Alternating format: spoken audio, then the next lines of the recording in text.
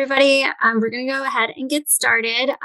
Before anything else, I'm going to please ask if everyone can just put yourselves on mute so that there's no sound interruptions. But I'm really excited that y'all are here. And this session is recorded. So if you miss any great, awesome tips from our alumni or want to rewatch in the future, those will be on our YouTube pages.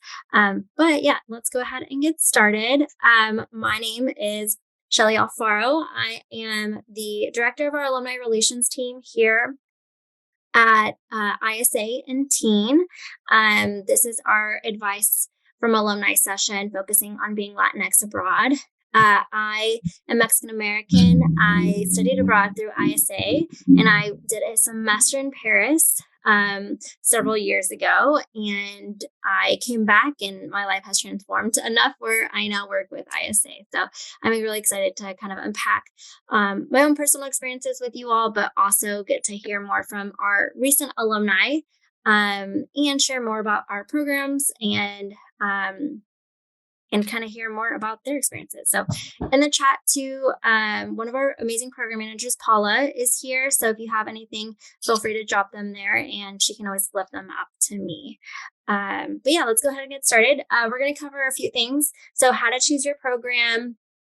Just really wanted to highlight. So there's a few different topics that will help you choose your program, how to navigate your process. It all kind of depends on your goals, what type of experience you're looking to get out of your program abroad, whether that be location. Do you have a certain destination in mind? For me, I was studying, my minor was French. So kind of speaking on academics, I obviously went to a French speaking location.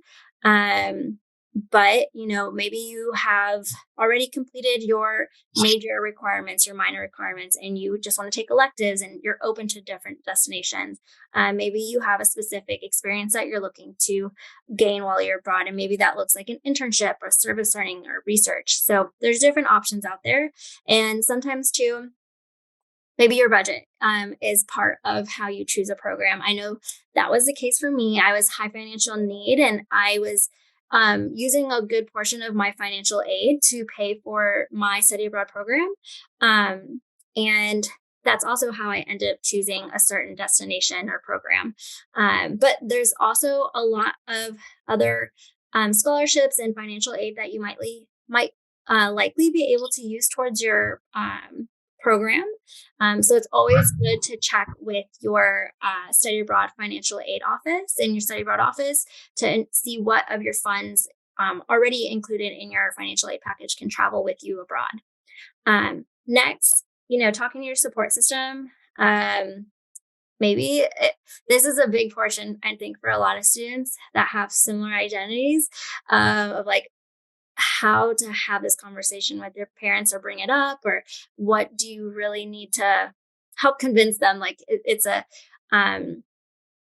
safe and like a legit reason to like include into your experience as an undergrad student. So I basically try to have like a price comparison to my program to what I was paying at my alma mater with my dad, because I knew he was going to ask me what was the reason, what was like the return on the money and the investment and my time and effort. So these are just a few reasons why studying abroad is worth it. Obviously, you're going to learn new language. Maybe you already speak the language, so just enhancing those skills, building your network, job market opportunity. You're again expanding that opportunity while you're there, developing new skills that can transfer into different fields and just boost your employability.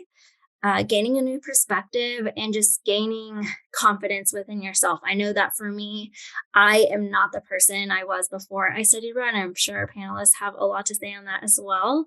But next, I wanted to talk to you about funding. I mentioned I was high financial needs. So my biggest recommendation to anybody is just start planning now and don't procrastinate. So it just allows you more opportunity to find extra funding that you can pay or use towards your study abroad program. So we have a lot of budgeting tools, scholarship information, depending on your situation. Maybe there's a payment plan option that you can do to help you pay for your program. But there's other ways, loans, scholarship grants, like I mentioned. There's a diversity, um, it's called DIWC C scholarship, and they now fund semester and summer scholarships for women of color that are traveling and studying abroad. So definitely check out that scholarship. But also the holidays are coming up. So, don't be shy and ask instead of gifts for money towards your scholarship or your study abroad fund. I ended up doing that with my family, and I was really surprised. Instead of gifts of like how much they were able to help me. And I sent them postcards along when I was traveling.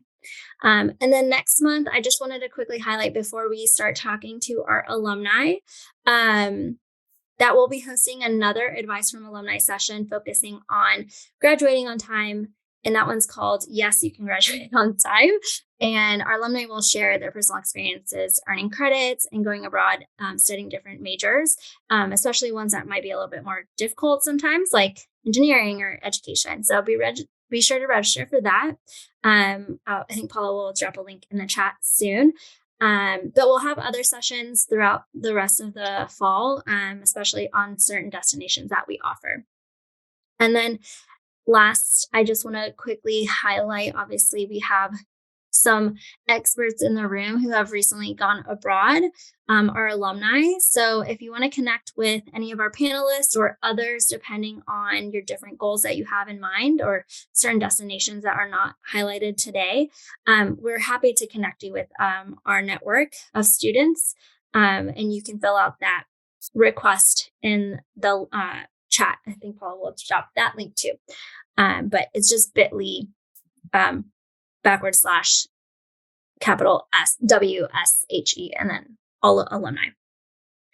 But so I'm excited. Here are 4 of our recent alumni. I think Monica is running late, but Marisol, Tatiana, and Alanis are here, and I'm excited for them to share a little bit more about themselves and where they studied abroad. And so I'll start with Marisol, if you don't mind introducing yourself, where you go to school, what you're studying, all that. Yeah, definitely. So my name is Marisol Jara, and I go to school in Denver, so University of Denver. I studied abroad my 3rd year of college, so this was like last fall I was actually abroad, and I'm excited to come back and share my experiences. Okay, we'll go with Tatiana next. My name is Tatiana. I am going to University of Pittsburgh. I am a nursing major, and I'm also a first-generation college student. My parents originate from El Salvador and Nicaragua, and I studied abroad in Costa Rica for 35 days. I studied Costa Rican healthcare, tropical medicine, Spanish for healthcare professionals, and so thank you for coming out tonight. My name is Alana Caballero. I go to school in UCF, like Central Florida. I went to South Korea last spring, so spring 2022. Start with like the beginning of y'all's process, which I think a lot of people in the room are probably in that stage right now. So how did y'all prepare to go abroad? Like how much research did you do, and how did you decide to study in your destination? I know Marisol, Tatiana, y'all both went to Spanish speaking locations. Did y'all speak Spanish beforehand? Was that part of the reason you went? And then we can go to Annalise after. Yeah, I think for me, it was definitely Spanish speaking that was very attractive to me, and like being able to kind of know the language while I'm going there, as well as kind of just like, I guess like I wanted to go to Europe, and just Spanish was like a big part of it. I think that I also heard a lot of things about the Spain program and like how cool it was, and there was excursions included in it. And so that was really, really exciting. And it just really seemed to fall right into place with the classes that I could take abroad, which were elective. So I had options, but I think at the end of the day, Spain was just a really nice part to be able to stay abroad in for me. Monica, do you mind introducing yourself and where you go to school and what you studied? Yes. So my name is Monica. I go to the University of Houston Clear Lake, and I'm studying healthcare administration. And where did you study abroad? And I went to Rome, Italy. Perfect. So I was just asking them kind of at the beginning stage how you ended up choosing your program. Like Tatiana and Marisol, they went to Spanish speaking locations. You didn't go to a Spanish speaking location. What was your like process in choosing a program? So I always wanted to go to Rome. So that was definitely something that really motivated me to go to Rome. Then I found that program and it was global health. So I felt that it was meant to be. Then I went there, and even though it was not like a Hispanic um, country, I would say, like they speak Spanish over there, I would say that it was kind of easy to communicate with the locals. I don't know. I was talking Spanish to them, and they will understand me, and they will talk to me in Italian, and I'll talk to them in Spanish, and it was kind of easy. So the way that my thought process worked was that since my family is from Central America, I definitely wanted to go to a Central American country just to kind of be more in touch with my roots. And also because, you can't go wrong with going to Central America. It's so beautiful there. And also, I know that Costa Rica has one of the best healthcares in Latin America, if not the best healthcare. So I definitely wanted to indulge in learning why they have such a good healthcare system and what makes it so successful. So yeah. And also it kind of tied with my major, being a nursing major. And I do plan on going to grad school too, to be a nurse anesthetist. So, the more knowledge, the merrier, I feel like, with healthcare. Yeah, I know that program is really popular outside of the one that Monica did for our healthcare majors. And now our sole participant in the room, I know there's so much interest in going to South Korea, but how is that navigating just choosing that program and everything? So my process was a little bit different. I actually traveled to Spain and France in high school, to study, and I loved it. So I always knew that I wanted to go back. But when I was looking for the programs to go, they didn't have my major. My major is psychology. So through UCF, the program that they had with Spain, they didn't have a psychology major. So I ended up just going by kind of elimination process, and that's how I ended up wanting to go to Korea. It was to me, it was more so about my interest and the financial needs, because Korea's program is pretty I wouldn't say it's cheap, but it is pretty on the lower end, closer to UCF. Um, I guess how much UCF costs. And when I got there, obviously they don't speak Spanish, so I didn't go there thinking that I was gonna maybe not make friends or whatever. I was actually surprised. They're all they all have some knowledge in English and in Spanish, because just like in America, they have to get a second language, and English for them is mandatory, and majority of them they choose Spanish as their language. So I was able to communicate around. It was pretty fun. And there's actually a lot of Hispanic and Latin American students over in Korea, which was also surprising. Oh, that's cool. I know at least in some of the K-pop groups that I've seen, they've done a lot of collaborations with Latin artists. So that kind of makes sense that there's interest I wasn't in Spanish expecting language. it. Yeah, I wasn't expecting it, but when I got there was a lot. I was really expecting just a lot of Europeans, which there are, but I was surprised to see a lot of people from Colombia, a lot of people from Peru, Argentina, that just wanted to go study over there. So we'll start with you. And my next question just about preparing is family. I know I kind of mentioned that, I had to really convince my dad that it was worth my money and everything. Because it's just a different experience to travel outside of the US. I've only had traveled to Mexico to visit family. So I know he had so many questions of like, who's going to be there to pick you up, like all that stuff. So, what was that process like navigating with your families? I know, Marisol, you had to talk to your family too. What was that like? Yeah, I think for me, it was a lot more of kind of preparing them to even the idea of like talking about it. I feel like I went out of state for college. And so when I told them that I'd go out of state, they didn't really believe me. And so when I actually made the decision, they were like, whoa, you actually did it. So it was kind of the same thing for study abroad. Um, but I think that if you have that conversation kind of in the more learning aspect and like knowing that this is good for you, and especially like as a first generation student, I feel like it's always like nerve wracking for our parents to kind of think that you're going to be on the other side of the world. But I think a lot of that kind of nervousness or anxiety went away with the fact that I was having to be able to have people on the ground over there. So like directors and people that were gonna be waiting for me, like receive me, and like host family. So I think those factors were really, really nice to be able to kind of like calm their nerves and be like, you know what, I will be fine. And there was just like all these different resources that my school and ISA kind of provided that made it even less anxiety building for me too. Yeah.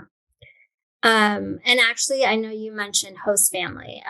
Tatiana, I know that was something that you wanted in your experience too, to kind of also with your family and just have comfort. Do you mind sharing a little bit more about that experience? Yeah, so I come from like a generally big family. My household's never quiet. I have two little sisters, I have a little brother, and then I have an older brother, and then obviously my two parents and a little wiener dog. She's so cute. So I'm kind of used to living in a lot of chaos. And, I also went to school out of state.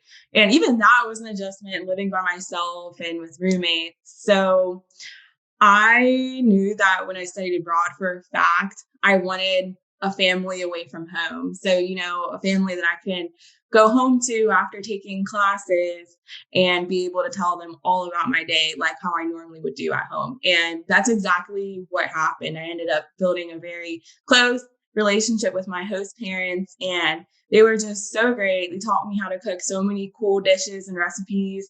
And, it was just a really great time.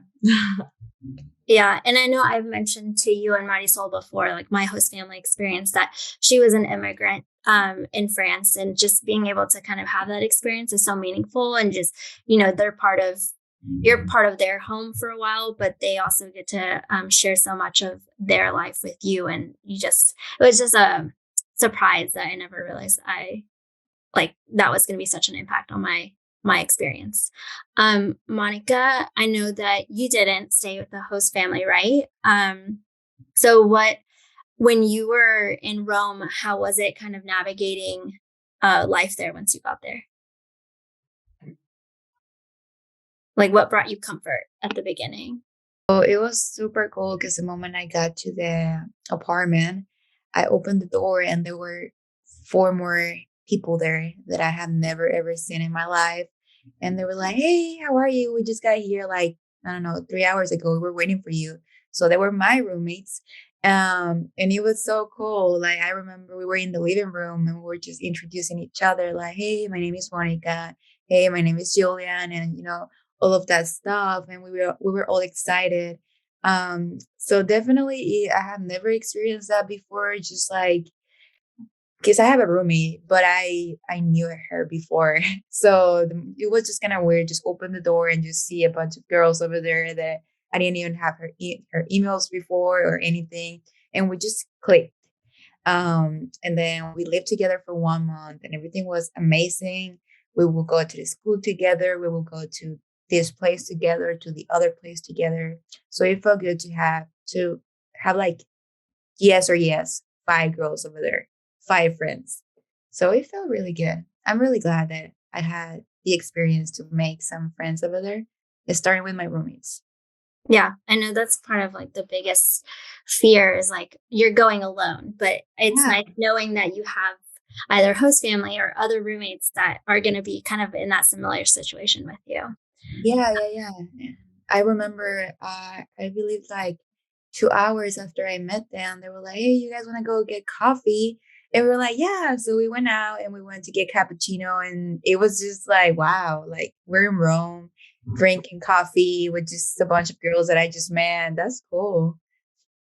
Yeah, I'm sure the espresso also like Yeah, it yeah. was cool.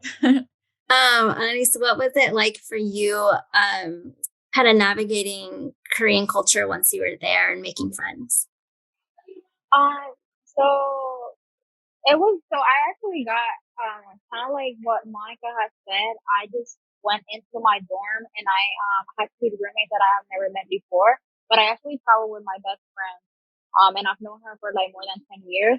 But she was staying in a different room, and after she was staying in a suite, so she was with five other girls.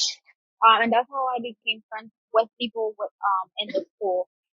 Outside of school, I met them like walking around because when you go out in Seoul, specifically Seoul, the area itself is surrounded by students. There's a bunch of other students, a lot of universities actually, and you kind of meet them because of that. Because at like myself, they wanted to go out, like go shopping or like walk around, grab a coffee and stuff like that. And that's how I kind of met them, um, and made my little like group of friends. It was actually like a very quick process. So by the end of like, because I stayed over there 6 months. But one of those months we was outside of the university. So once like college was done and all the classes were done and all that, we actually it was way easier to like get an Airbnb and stuff like that just because you knew them, like you knew people. And traveling as well, it was like really helpful to just like go around. Um, I was able to meet like Korean friends that I have Korean friends, and the language wasn't really a barrier for me. I wouldn't say, just because they do know English. It's just that they're a little bit shy when it comes to speaking, but they're really open and friendly to foreigners. Um, so I was able to make a lot of friends, and coffee shops over there are like a big hit. So it was just so easy to just kind of like, oh, you want to grab a coffee? Let's go grab a coffee. And that's how you kind of like connect with people. Yeah, I love that. And I mean, most of the students that I've talked to that went to Seoul, I think that because it seems so far away, it seems like a very scary experience. But I know that a lot of our students have such an easier time, I think, adjusting and making local friends too, in comparison to other locations. Marisol, what was I actually have a question for you because I know you got to travel quite a bit. So do you mind sharing how like any tips for like funding your travels or how you were able to budget for your time abroad? Yeah. So I think I'm fortunate enough to be able to have a scholarship that covers my tuition and everything. And at that point, I was able, my first year, I got refunds. And so I went to study abroad in my third year. So I still had those refunds from like the first year, which I didn't touch. And I honestly was kind of planning for that. And I also kind of just worked in preparation to study abroad. I think that for me, it was easier in that sense, just because honestly, like that didn't put a strain or a burden on me financially in the moment or even on my family. So I was fortunate enough to have that. However, like traveling and being able to budget over there and everything was a little bit different. I would definitely recommend getting a credit card that has no foreign fees, because I kind of just cashed out like once a month and kind of carried around cash around Europe. And that was like even when I traveled too. Also, sometimes it's a little bit safer just because you don't know what little coffee shops or little shops or whatever will take cash versus a credit card. So I think it worked out in the end, but definitely just budgeting yourself out, giving yourself a limit, or kind of just saying like what you're going to be spending on. And I guess that goes a little bit into research with like the country you want to study abroad in. But since Europe, it was about the same. I would say for certain things, it was easier to kind of budget and be able to travel with that as well.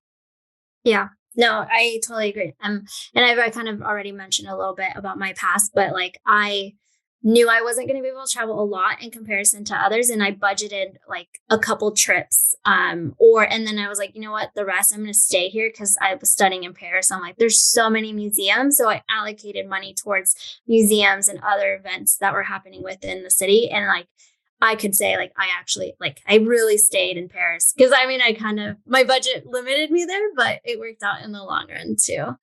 Tatiana, what was it like for you? I feel like you have scholarship tips that you can share with people. Yes. Yes. So basically how I started was I found the top program I wanted to do.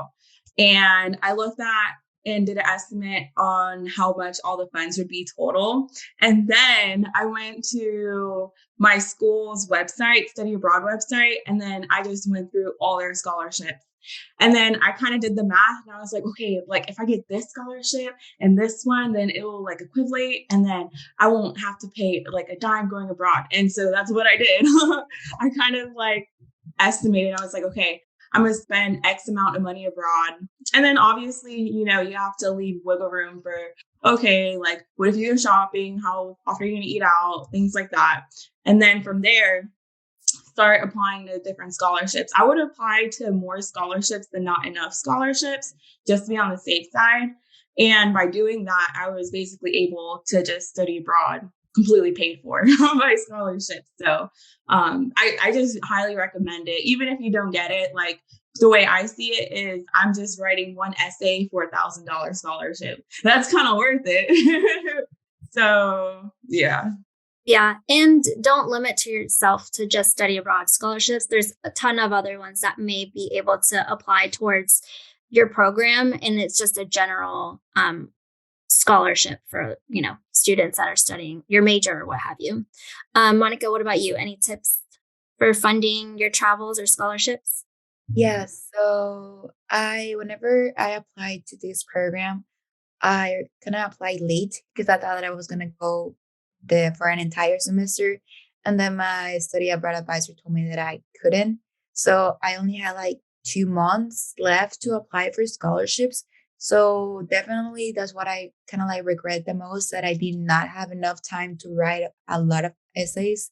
So I did apply to ISA scholarships and I applied to my university scholarships. So thankfully, I got 2 scholarships. I got financial aid as well.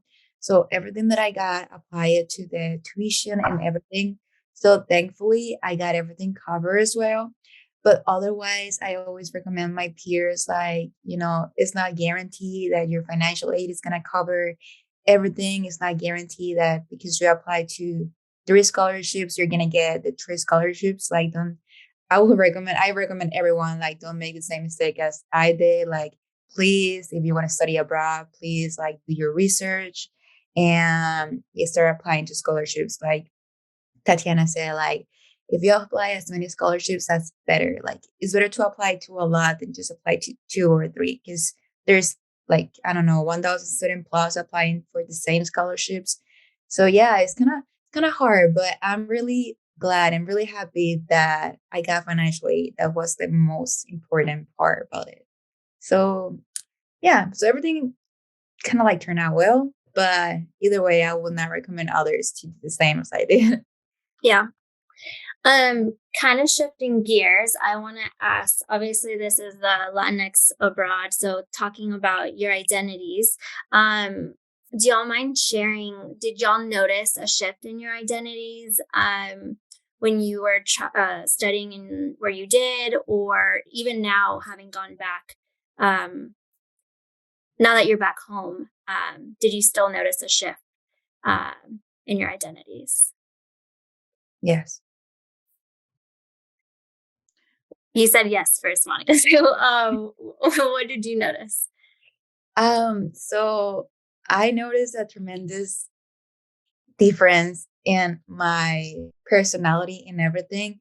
I've been telling my family and my friends that because I went to Rome, Um, Rome is like over their religion is Catholicism. So I am Catholic, but I was born and raised in Mexico for about 18 years. So I just moved here to the US about 3 years ago.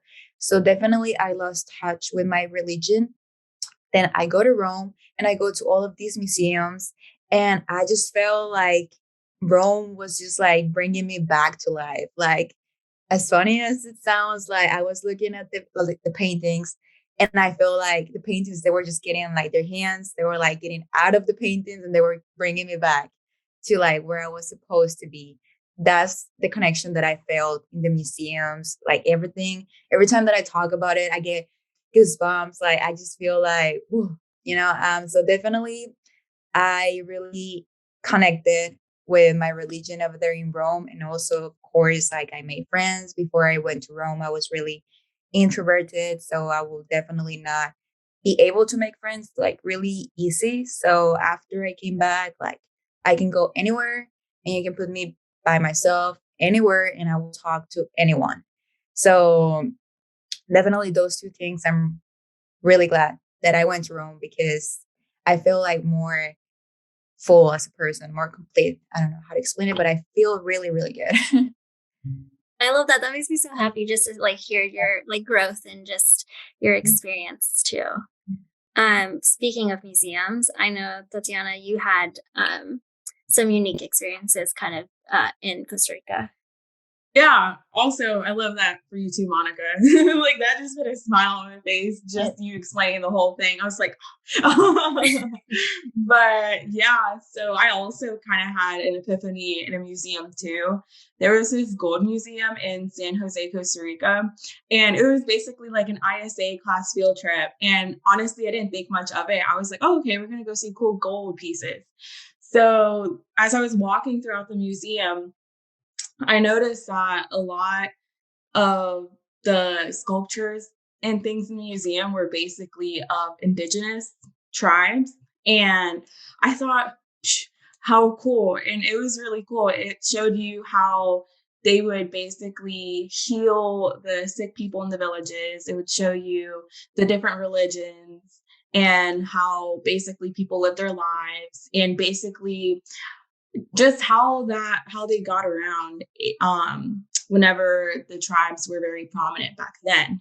And it just really made me think because I also took ancestry DNA and it does say like I have a good chunk of indigenous in me, but it's crazy because my ancestors were indigenous, yet I know nothing about indigenous culture. So it really did show me how much colonization erased a lot of this rich history within my own bloodline. And I don't know, I kind of felt kind of sad, but then also it made me want to like keep digging deeper and keep finding out, where my family came from and my roots. So yeah. Yeah. I know for a lot of students who are heritage seeking and go to locations that are close to their identity, they have like similar experiences to you. And it's just an interesting shift. Like I feel like before I used to just kind of more or less say it was Mexican American. And then when I go to Mexico, all my family was like, no, it is gringa, you're American. But then like in France, there's a lot of women from like South America in my classes. And so they're like, oh no, like it is Mexicana, like you're Mexican. And so it's interesting to like how others perceive you too. And so it just made me feel a lot closer to my background, my family, and like my journey to like getting me to France. And yeah, it's kind of just like, whoa, you have a lot of those moments of like, whoa, like where am I? Who am I? So Anis, what about you? In South Korea, what was that like for you? Um, with me, well, it was definitely an adventure. Because historically they're not really like diverse.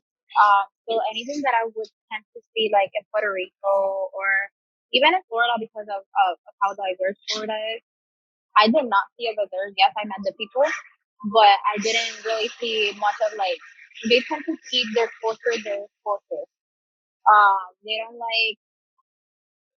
don't like showing much outside of what historically happened to them. But even so, like when teams like they took us to like a few places, it was amazing to see how, like, historically they have that presence of like they want to keep it alive. Majority of the country is they go by Christianity, but they're also there's also a lot of people that go by Buddhism, and that was amazing to see. Honestly, kind of like when I went to Spain, it was kind of like Monica and Tatana said. I was very Catholic, so when I went to Spain, it was like really eye opening going to like all the cathedrals and all those museums. But when I went to Korea, just learning about their religion itself and how they perceive religion, that was really like eye opening, and it was really pretty as well. I was like really surprised how their ways of like showing stuff is very different to like the way I would learn stuff in Puerto Rico and such. And in terms of like anything else that like the diversity and like how like my identity itself, um, it was just I try. I'm like a very loud. I always like to say that I'm very loud Puerto Rican. I want to like brag about it where I go. So I kind of like never like lost that while I was there. I always make sure that you knew I was Hispanic. And everywhere I go and I see like a Cuban flag or a Colombian flag or a Mexican flag, we used to love going to like the Mexican restaurants over there. We would just make sure that we spoke Spanish around them, so they knew that we were like there to represent, or like we were grateful that you're representing us. That was like also a funny thing that we like to do, just because it's not common, but like we like bragging about our culture, so it's kind of like nice. No, I totally get that. No, I love that. And I think that's something like your identities just are carried with you. And something I always give as a tip when you travel in general is just a lot of times you experience a lot of differences, and it's just an opportunity to teach others about you and your background, but also approach other cultures as well, and like just be curious and an opportunity to learn yourself. I think with South Korea, I'm sure that's definitely like a lot more of an opportunity than in other destinations. Yeah, and I liked it because they're very open to learning about it as well. Like, yes, you hear that they're very like unique and they want to keep their culture to themselves, which is true, but they are very friendly when it comes to foreigners, so they want to learn about you and where you're at. And another thing was that they don't really know about that like islands in the Caribbean. The only one that they recognized was Cuba. Um, so it was kind of like my job to like kind of like tell them, because other than Spain and Mexico, they didn't really talk much about other countries in like South America. That was kind of like it was a big opportunity to kind of like talk about like all the Hispanic and Latin countries. Yeah. Before I pass the mic to Marisol too, for our listeners too, don't forget you can also drop questions in the chat. And we can also lift those up. But Marisol, what was it like for you? I know you went to Spain, and so I know that's kind of an interesting experience in and of itself, being Mexican. What was it like navigating that, and then also traveling through other places in Europe? Yeah, I think so. One of the things that I kind of heard a little bit about was like being Mexican and then being in Spain. But I think once I got there, like the host city that I was in and my host mom were just so welcoming. So even like just navigating Spain and being in a different country, like different dialect, different slang, everything, it was obviously very different, but I think that I always felt welcome because of my host family. And I think different parts of Spain, it was just so diverse. Like you would go to the northern part of Spain or go a little bit more east of Spain. So it would just change dramatically. I feel like every section of Spain has its own little, like, obviously culture, but it was just so different. And navigating that was a little difficult sometimes because some of them would come to a shock to me because I was in Sevilla. And Sevilla, everyone is so nice. Everyone's always like talking to you, always like making conversation. And I think also another big part is that in Spain, it was very much open to having conversation, whether it was political about your private personal life or it was like your day at school or whatever. So I think that that was just like one of the sudden changes and going to different countries and like traveling while I was abroad. Obviously I felt that shift there as well because other countries, maybe there was a language barrier or I didn't know much about it. And so like that was a little bit more on the difficult side, but definitely something that you learn to navigate as you're there and to adjust and kind of like be able to say, okay, like this is culturally different and just be culturally aware of it. So I'm gonna ask each of you to I know kind of shared this before, but like what would you say as like a lesson learned throughout your whole journey, whether it be like travel related, related to your process applying to a program, finding a program, or even now that you're back, like any tips? Like my tip I always tell students is like reflect while you're there and like journal. Like always journal when you're studying or traveling. I don't lead by example by doing this, but I'm like journal just because it would be nice record of like, whoa, and then like share that because a lot of our history, the Tatiana's point is like erased and just even like I always ask my mom like, oh, what was it like, moving here to US and all that. I'm like, I wish there was just like record keeping. So my thing is always reflecting and journaling. But what are some of y'all's tips? so I can answer this. I feel like another tip would be being open-minded and know that that opportunity isn't as far as you think it is.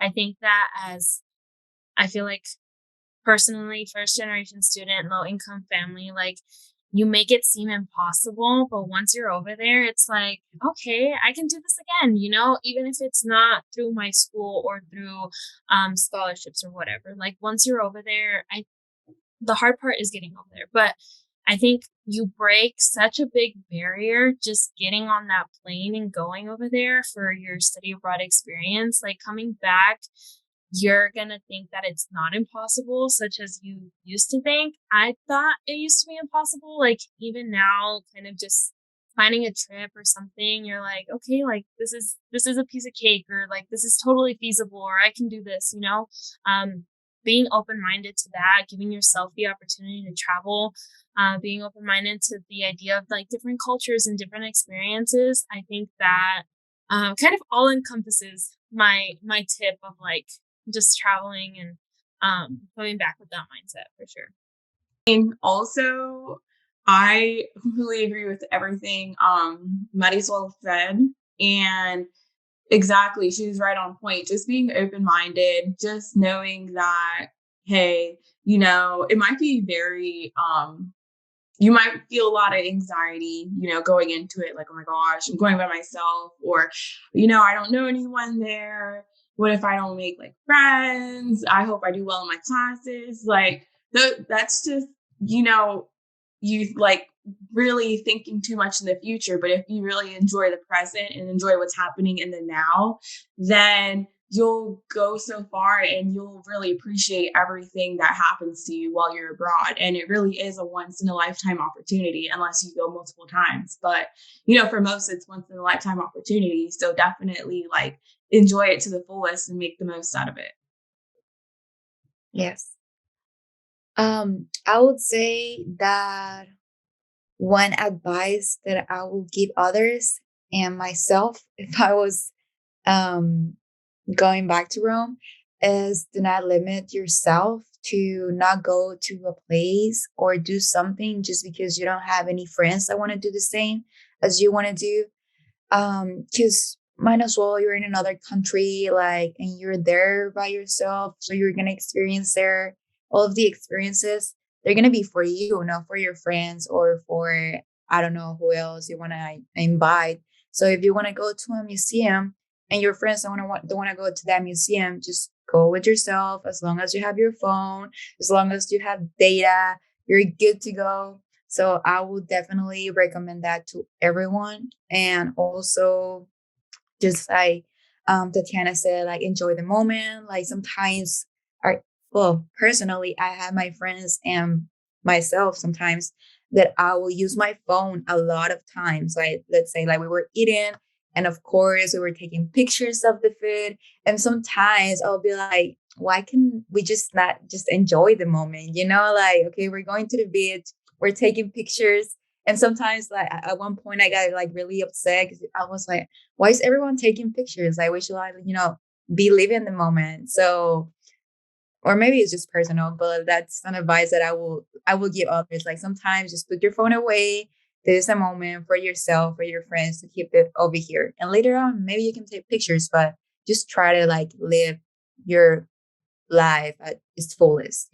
Sometimes we're trying to impress our friends back home, and that's okay, but like not like all the time, I'm guessing. Well, I think so. In my case, kind of like what Monica said, I was opposite actually.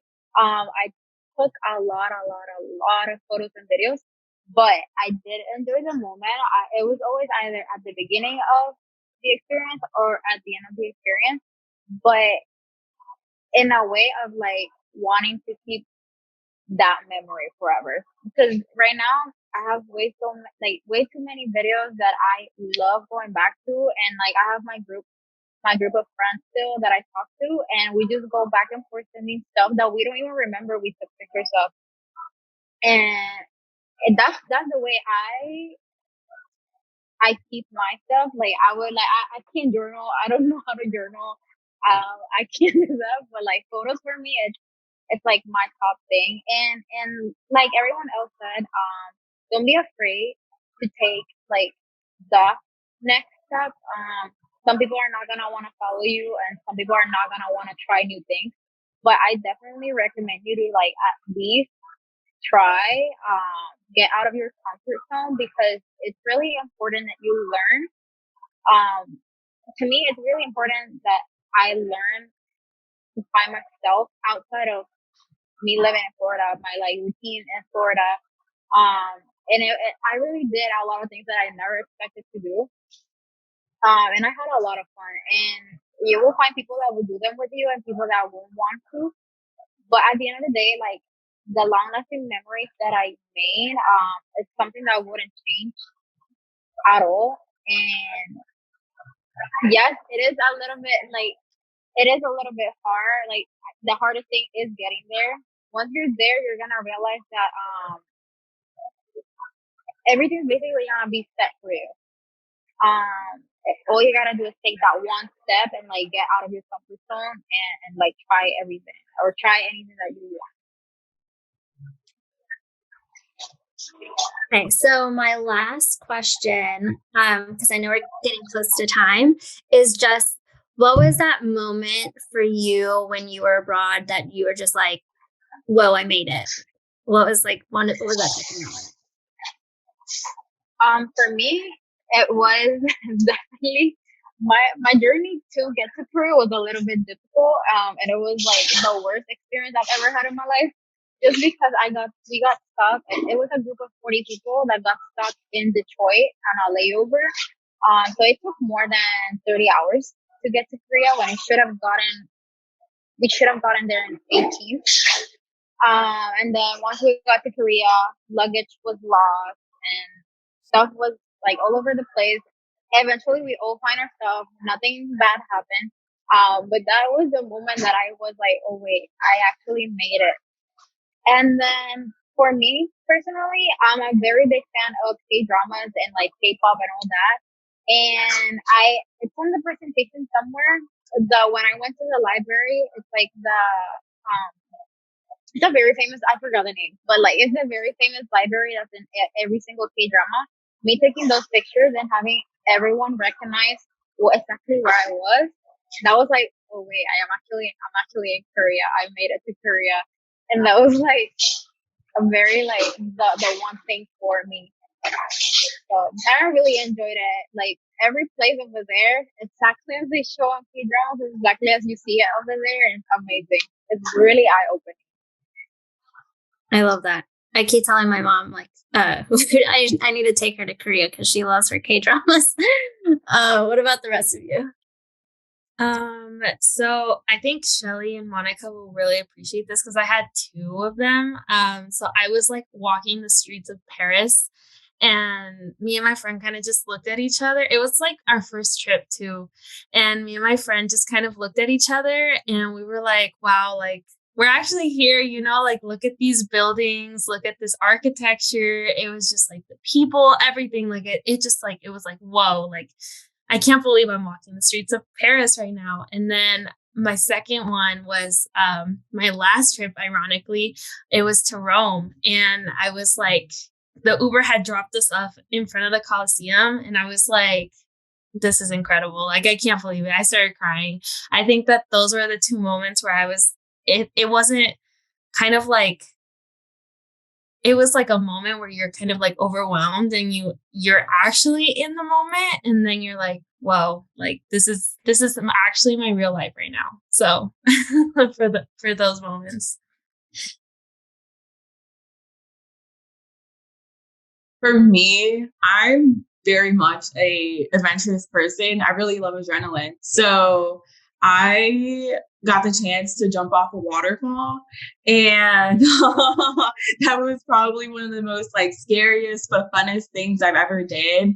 And as soon as I jumped off, I went in the water, and as soon as I got back up and I floated on my back, I was like, okay, well, this is great. Like, this is the life. I really loved it so much. So I would say that's one of them for sure.